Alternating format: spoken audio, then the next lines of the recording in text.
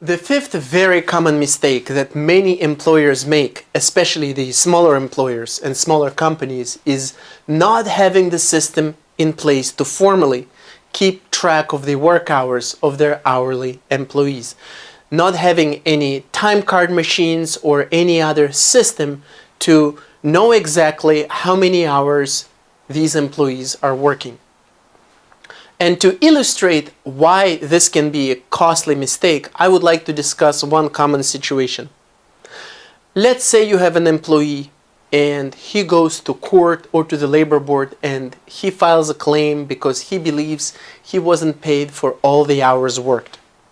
You go to a hearing and you argue that you paid that employee for all the hours that he worked and he didn't work nearly as many hours as he says he did.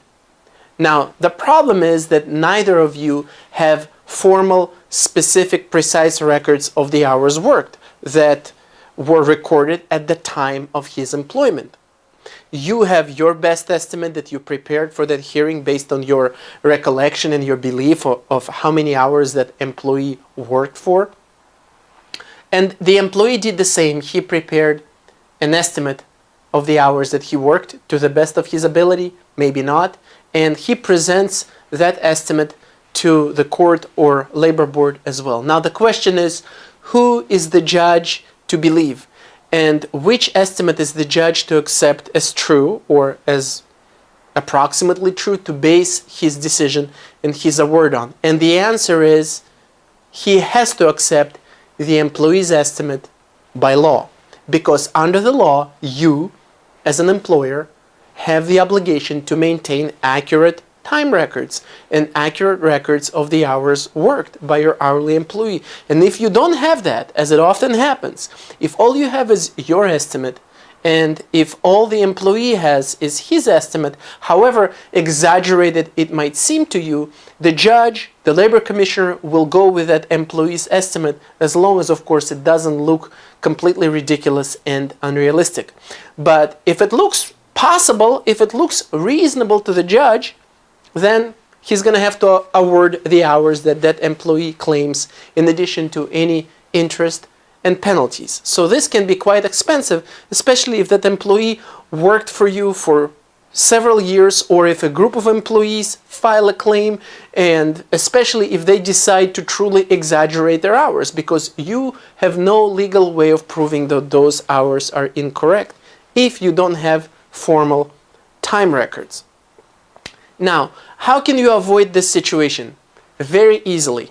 You gotta make sure that you have some kind of system at the workplace, at your company, to make sure that your hourly employees clock in and clock out every day that they work, so that later there's no question about how many hours they worked. And there are so many options out there for keeping track of time, of the work time, from the old school time card machines that are still around to all kinds of digital and electronic apps and devices and options that can be implemented. None of them cost very much, and they're really, really worth having.